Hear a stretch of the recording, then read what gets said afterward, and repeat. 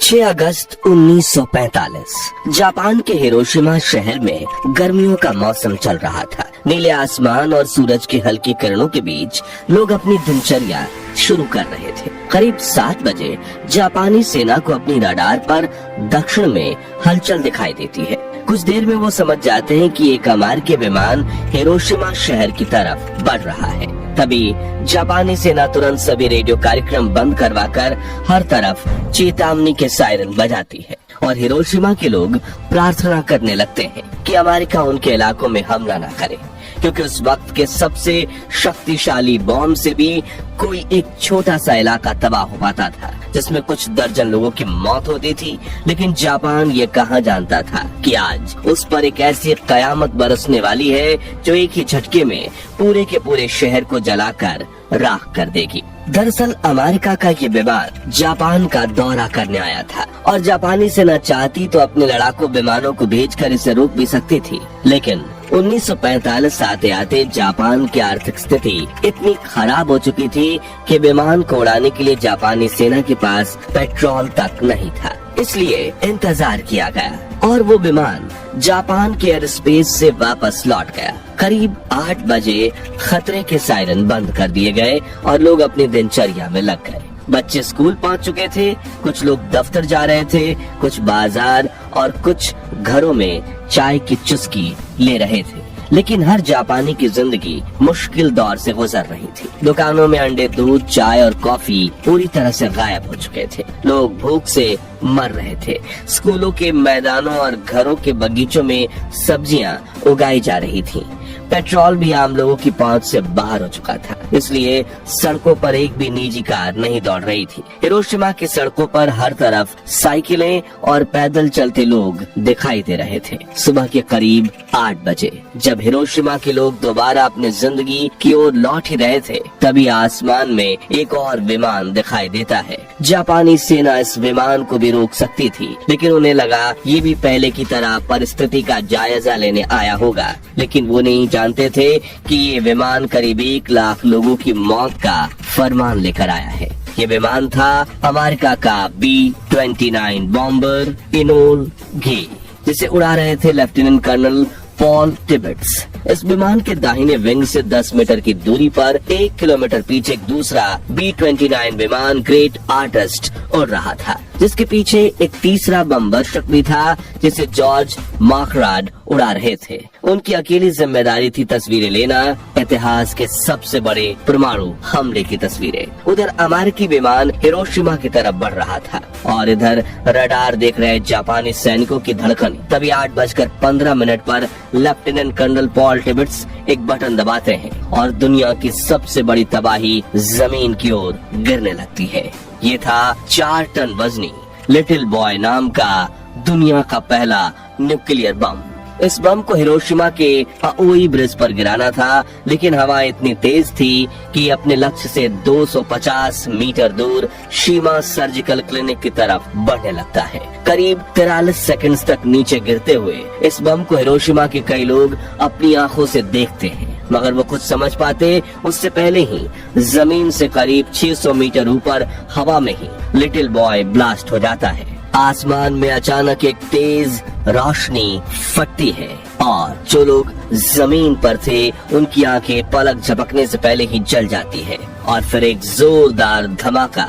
इसकी शक्ति 12,500 ton TNT के बराबर थी। जब ये फटा तो आसमान में तापमान 10 डिग्री सेंटीग्रेड तक पहुंच गया, मानो सूरज धरती पर आकर फट गया हो। धमाके के तुरंत बाद हर तरफ आग की लपटें फैल चुकी थी। शहर के बीचों बीच कंक्रीट की इमारतों को छोड़कर बाकी सब जलकर राख हो गए थे।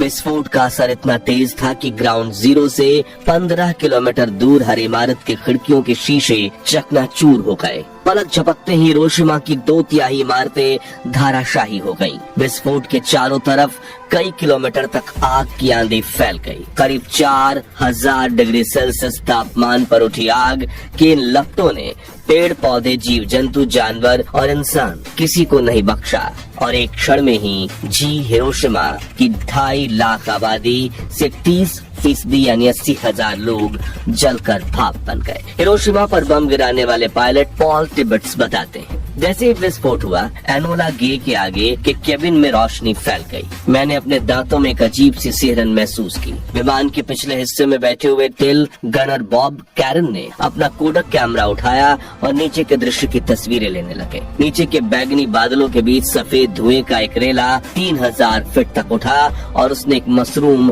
की शक्ल बना ली। रेडिएशन से बना एक ऐसा जहरीला मशरूम जो आने वाले कई दशकों तक हिरोशिमा के लोगों को तड़पाकर मारने वाला था। 13 वर्षीय सेतुस्को थर्लो जो उस समय स्कूल में थी बताती हैं, मैंने एक तेज सफेद रोशनी देखी और फिर सब कुछ काला हो गया। जब होश आया तब मैं मलबे में दबी हुई थी। मेरी सहेलियां चीख रही थी, कुछ की आंखें निकल आई थीं, कुछ के शरीर से खाल लटक रही थी। मैं बस रेंग कर बाहर निकली, लेकिन वहाँ बाहर कोई दुनिया ही नहीं बची थी। आग की लपटें मेरा पीछा कर रही थी। मैं बहुत तेज भागी, तभी पीछे से मुझे एक जानी पहचानी आवाज सुनाई दी।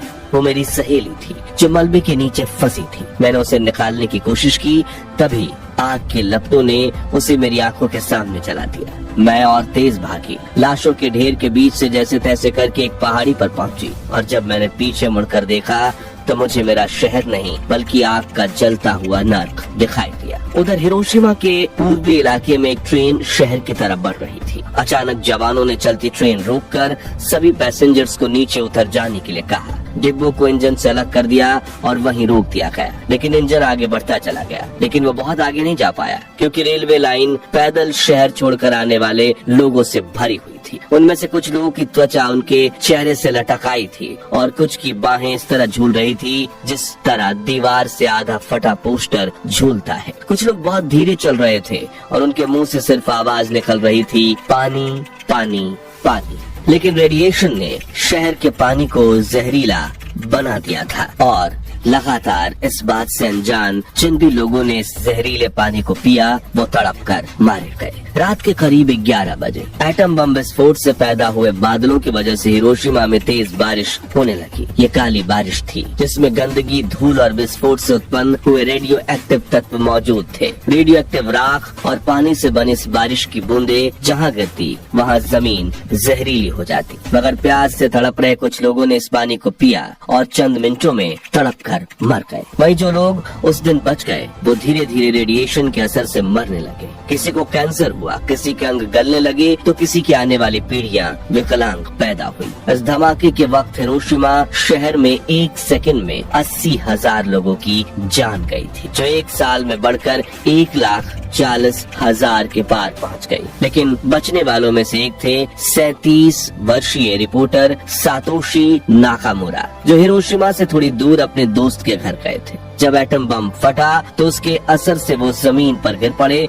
और उनके चेहरे को टूटे शीशों ने घायल कर दिया। तभी उन्होंने तुरंत अपनी साइकिल उठाई और हिरोशिमा की तरफ बढ़ने लगे। जब वो दोपहर तक शहर में पहुंचे तो उनके पैरों तले जमीन खिसक गई। हर तरफ सिर्फ लाशें थीं, जलते हुए शव, बदहवास बच्चे, मलबे में दबे लोग और सड़कें जो अब पहचान में नहीं आ रही थी। नाकामुरा पहले पत्रकार थे जिन्होंने हिरोशिमा की तबाही को अपनी आंखों से देखा। सातोशी ने वहीं से ओकायामा स्थित डोमी न्यूज एजेंसी के दफ्तर में पहला डिस्पैच डिटेक्ट किया। 8:16 पर दुश्मन के 2 विमानों ने हिरोशिमा पर एक असाधारण बम गिराया। शहर पूरी तरह से तबाह हो चुका है और अनुमानित 1,70,000 लोग या तो मारे गए हैं या गंभीर रूप से घायल हैं। फोन लाइन के दूसरी तरफ बैठे ब्यूरो चीफ को यकीन नहीं हुआ। उन्होंने नाकामुरा से कहा, यह संभव नहीं है, एक ही बम से कैसे इतने लोग मर सकते हैं। सेना भी मानने को तैयार नहीं है, आप रिपोर्ट में संख्या थोड़ा कम करें। नाकामुरा का चेहरा अब भी खून से लथपथ था, उनकी आंखों में गुस्से और सच्चाई की आग थी। उन्होंने बिना रुके टेलीफोन पर चिल्लाकर जवाब दिया, सेना मूर्ख है, उन्हें नहीं पता कि हमने नर्क को जिंदा देख लिया है। हिरोशिमा में हुए इंसानियत के सबसे बड़े नरसंहार की खबरें पूरी दुनिया में फैलने लगी। हर कोई हैरान था कि आखिर इतना खतरनाक बम बना कैसे। तभी अमेरिकी राष्ट्रपति हैरी एस ट्रूमैन एक प्रेस कॉन्फ्रेंस बुलाते हैं और बड़ी बेशर्मी से सब लोगों के सामने मीडिया को ये बताते हैं कि एटम बम हमने गिराया और इसका ऐलान करते हुए कहते हैं, कुछ देर पहले अमेरिकी जहाज ने हिरोशिमा पर एक बम गिराकर दुश्मन की भारी तबाही मचाई है। ये बम 20,000 TNT क्षमता का था। अब तक इस्तेमाल में लाए गए सबसे बड़े बम से भी 2000 गुना ताकतवर। इस बम ने हमारे हथियारों की श्रृंखला में क्रांतिकारी परिवर्तन किया है, जो हमारी सेनाओं को मजबूती देगा। आगे उन्होंने कहा, इस समय इस बम का उत्पादन किया जा रहा है, साथ ही इससे भी ज्यादा खतरनाक बमों की खोज भी जारी है। ये परमाणु बम है जिन्हें ब्रह्मांड की शक्ति से बनाया गया है। दोस्तों, इस तबाही के महज 3 दिन बाद, जब पूरा जापान अब भी राख की उस भयानक सुबह को समझने की कोशिश कर रहा था, जब लापता बच्चों और बिखरे शरीर की पहचाने करना भी संभव नहीं हो गया था, उसी समय 9 अगस्त 1945 की सुबह फिर वही नीला आसमान था, वही गर्मी थी और वही बेखबर लोग थे। लेकिन इस बार निशाना था जापान का एक और शहर, नागासाकी। सुबह करीब 11 बजे अमेरिकी बम वर्षक विमान बॉस्कार करीब 10,000 मीटर की ऊंचाई से नागासाकी के ऊपर पहुंच चुका था। पहले इसका निशाना जापान का शहर कोकुरा था, लेकिन मौसम खराब होने की वजह से वो सीधा नागासाकी की ओर मुड़ गया। 11:02 पर लेफ्टिनेंट कर्नल चार्ल्स स्वीनी ने फैटमैन नाम का दूसरा परमाणु बम गिरा दिया। ये बम पहले बम लिटिल बॉय से कहीं ज्यादा शक्तिशाली था। इसमें